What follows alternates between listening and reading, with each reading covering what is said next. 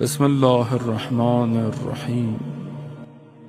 ملا احمد ناراکی کے والد ملا مہدی ناراکی، جنہوں نے کتاب جامع السعادات لکھی، جو اخلاق پر مبنی کتاب ہے، اخلاق کیسے ہونا چاہیے، وہ اصل کتاب انہوں نے لکھی تھی۔ پھر یہ معراج السعادہ جو اردو کے اندر بھی ہے، یہ ان کے بیٹے نے اس کو جو ہے وہ ترجمہ اور تھوڑا سا اور اس کو بہتر کیا۔ اصل کتاب اردو کی تھی اور عربی کی تھی، جو ان کے والد نے لکھی تھی، ملا مہدی ناراکی۔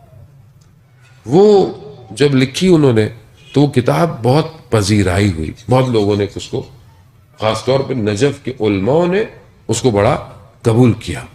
یہ جب نجف زیارت پہ گئے، یہ نجف میں پڑھتے تھے پہلے، پھر واپس چلے گئے تھے ایران، پھر واپس زیارتوں پہ گئے، تو بڑے بڑے علماء ان سے ملنے آئے کہ بھئی ماشاءاللہ آپ نے بڑی بہترین کتاب لکھی۔ بہت ایک عالم دین ملنے نہیں آئے۔ وہ کون ہے؟ وہ مہدی، علامہ مہدی بحر العلوم، کہ جو بہت بڑی شخصیت تھی اس زمانے کی بھی، اور ویسے بھی بڑی شخصیت ہے، کہ جنہیں وقت کے امام نے اپنے سینے سے لگا کے علم دیا ہو۔ آپ سوچیں وہ کتنی بڑی شخصیت ہے۔ وہ نہیں آئے۔ جب انہیں پتہ چلا تو یہ گئے، ان کا میں جاتا ہوں، تو ان کے جو ساتھ تھے انہوں نے کہا کہ قبلہ آپ کہاں جا رہے ہیں؟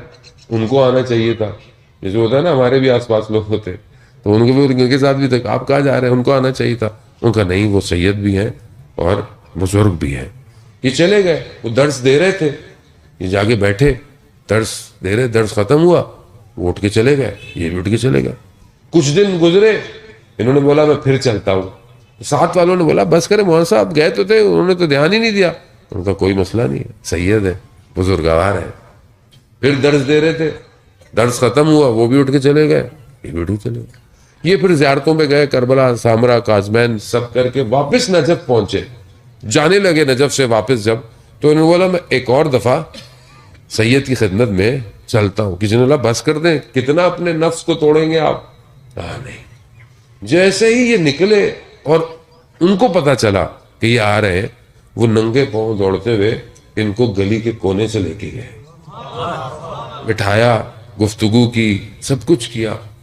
تو علامہ مہدی بحر العلوم نے ان سے پوچھا کہ آپ پوچھیں گے نہیں کہ میں آپ کے پاس کیوں نہیں آیا، اور جب آپ آئے تو میں نے آپ سے صحیح طرح بات نہیں کی؟ کہا نہیں، مجھے نہیں پتا۔ کہا اصل میں دیکھنا چاہتا تھا کہ جو اخلاق کی کتاب آپ نے لکھی ہے، وہ اخلاق آپ میں پایا جاتا ہے یا نہیں جاتا؟ ضروری ہے نا، آدمی اتنی بڑی بڑی باتیں کرے، ممبر پہ بیٹھ گئے، نیچے اترے، ذرا سی بات پہ آدمی اکھڑ جائے، تو اس کا مطلب کیا ہے؟ اس کا مطلب ہے کہ اندر معاملہ گڑبڑ ہے، اوپر ہے، اصل ہے ہی اندر۔ انسان کا باطن صحیح ہو جائے، انسان آسمانوں پہ پرواز کر جاتا ہے۔ انسان کی توجہ ہی چھوٹی سی جگہ پہ پھنسی ہوئی ہو، آدمی کیا کرے گا؟ جانے محترم، وہ بہت ضروری ہے۔ یہ مہینہ یہی طاقت دیتا ہے۔ یہ بالکل اس کی مثال علامہ مصباح یزدی رضوان اللہ تعالی علیہ فرماتے کہ انسان کی مثال پرندے کی جیسی ہے۔ پرندہ اڑنا چاہتا ہے لیکن پنجرے میں قید ہے، اڑ نہیں پاتا۔